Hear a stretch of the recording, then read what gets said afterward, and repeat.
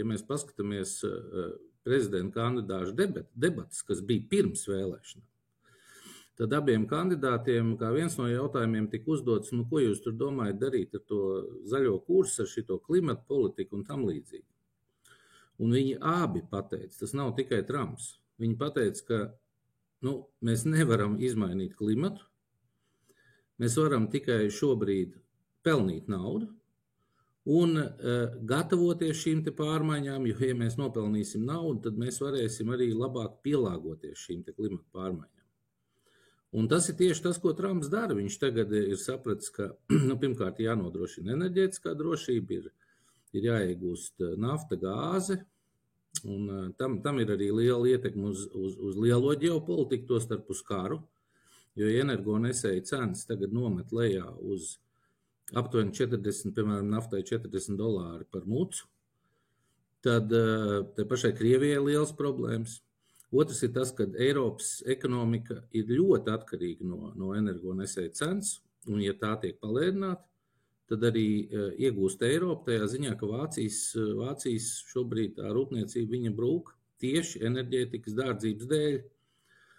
Un ar klimatu, tur ir pilnīgi skaidrs, ja viņš mainīsies, tas nozīmē migrāciju vēl kaut kur, ja taču Grenlandē arī kādreiz tur gotiņas skraidīja un bija zaļa zālīta, un tagad nav. Un šobrīd var notikt kaut kas līdzīgs, tāpēc tie procesi ir nemainīgi. Un uzsvars ir uz to gatavosimies, būsim vairāk gatavi pārdzīvot šīs te klimata pārmaiņas. Piemēram, šobrīd palēninās tā sauktā Amokas trauma, kas iet no dienvidiem uz ziemeļiem. Tās daļa ir slavenā Golfs trauma. Mēs redzam, ka, piemēram, Lielbritānijā jau tur tiek piedzīvot tāda augstāka perioda, ka uzkrīt vairāk sniega, ja, un arī mīnus ir biežāk nekā agrāk. Floridā tikko uzkrīt sniegs, tad, protams, šīs klimata pārmaiņas notiek, bet tad vajag domāt, kādā veidā mēs viņam pielāgosimies. Parunāsim par to, kas notiek Latvijā, un parunāsim par konkrētiem cipariem. Tad, ja mēs skatāmies uz klimata plānu, pat ne līdz 2055. gadam, kas ir viens no tiem nosacīto robežšķirtnēm, bet līdz 2030. gadam, tad tas ir faktiski, mēs runājam tikai par 5 gadu periodu.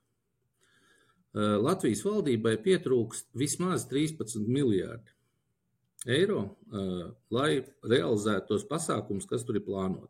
Tad ir tāda fiskālā disciplīnas padome, ja, Steinbuks kundze nesena pārapstiprināja, tur bija arī agrāk arī Aboltiņš, bankas ekonomists, kas tagad ir valsts kontrolē.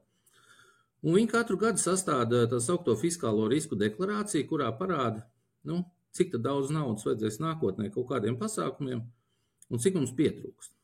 Un vislielākā summa iztrūkst tieši klimata pārmaiņu šo te plānoto pasākumu realizēšanai. Un tie ir tādi 13 miljārdi, jeb gandrīz tikpat daudz, cik mūsu valsts gadā saņem nodokļos. Tad, ja mēs gribam 5 gados šo naudu kaut kādā veidā iekasēt, tad mums ir faktiski, izdalām tos 13 miljārdus uz 5, ja tur sanāk apmēram 3 miljārdi gadā, tad mums ir jāpaceļ faktiski nodokļi par aptuveni 20–30%. Ja? Ko tas nozīmē konkurētspēja, laikam nav jāskaidro, jo mums vienkārši, piemēram, pieliek klāt pie degvielas cenas, katru gadu tur pa 3–4 centi akcijas nodoklim, bet kopumā tas varētu sadārdzināt degvielu par aptuveni 40 centiem. Tad no punkta A uz punktu B mēs bija pēc plāna jāpārvietojas vienkārši dārgāk. Tas palielina pašizmaksas, samazina konkurētspēju, gremdē mūsu eksporta spēju. Tur ir vienos vārtos. Ja? Un valdība, tad, kad viņi ieraudzīja šo te fiskālo risku deklarāciju, un tas bija 24. gada nogalē, manuprāt, rudenī kaut kad. Viņi pateica, paldies, pieņemam zināšanai, un viņi izveidoja uzkrājumu, ko sauc laikam par drošības rezervi, 0,1% apmērā. Tātad ne pat 100 daļu, bet 1000 daļu no tā, ko vajag.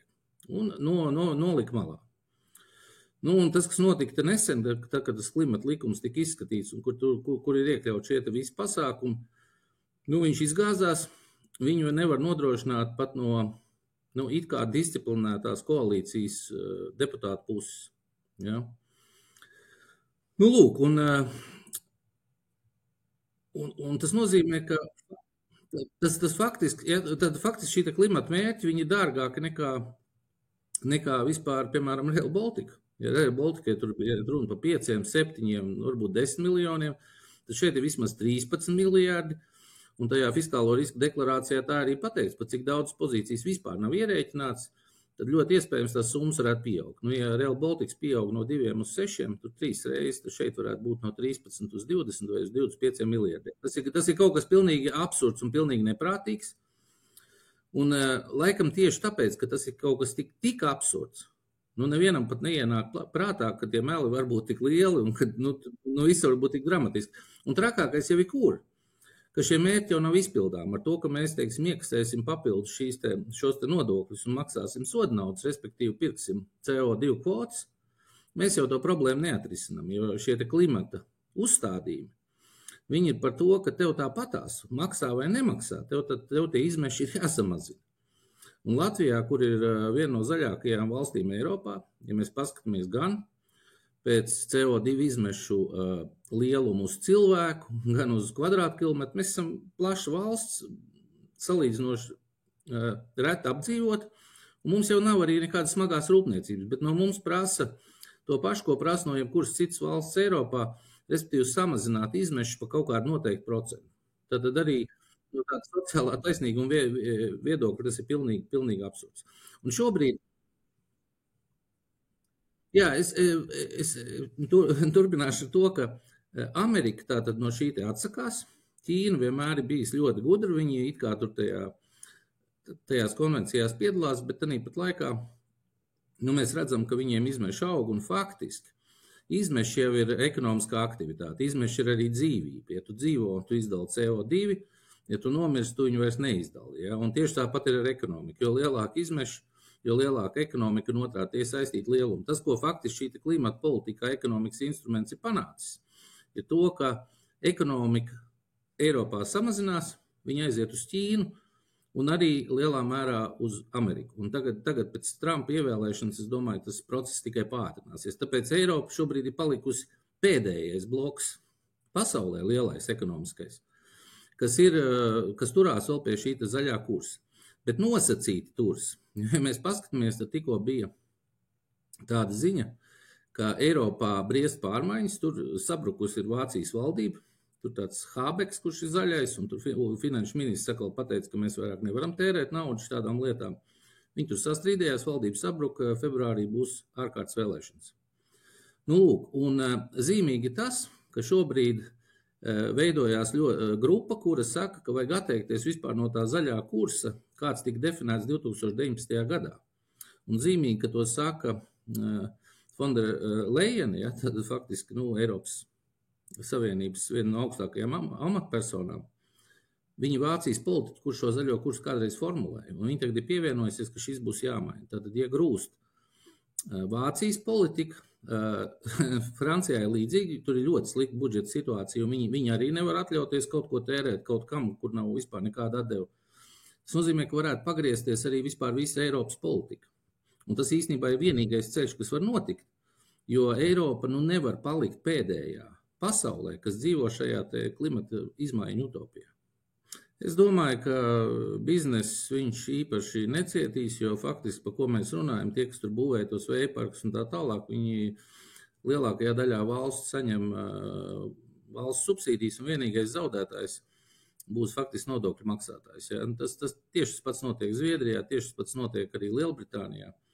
Kārtējo reizi, tas ir līdzīgi kā Air Baltica. Esam pazaudējuši 500 miljonus, briesmīgi ejam tālāk. Ja? Un tajās citās valstīs būs tieši tas pats, tu esi kaut ko sainvestējis, tu esi maksājis algas, tas ir kaut kā kurinājis to ekonomiku. Bet tā galvenā investīcija vai tas zaudējums no tās ekonomiskās neefektivitātes, viņš jau uzskatīs virsū parastajiem nodokļu maksātājiem. Izraisīs tālāk naudas drukāšanu un faktiski arī rezultātā inflācija. Tā kā par tiem biznesa darboņiem, es domāju, es īpaši neuztrauktos.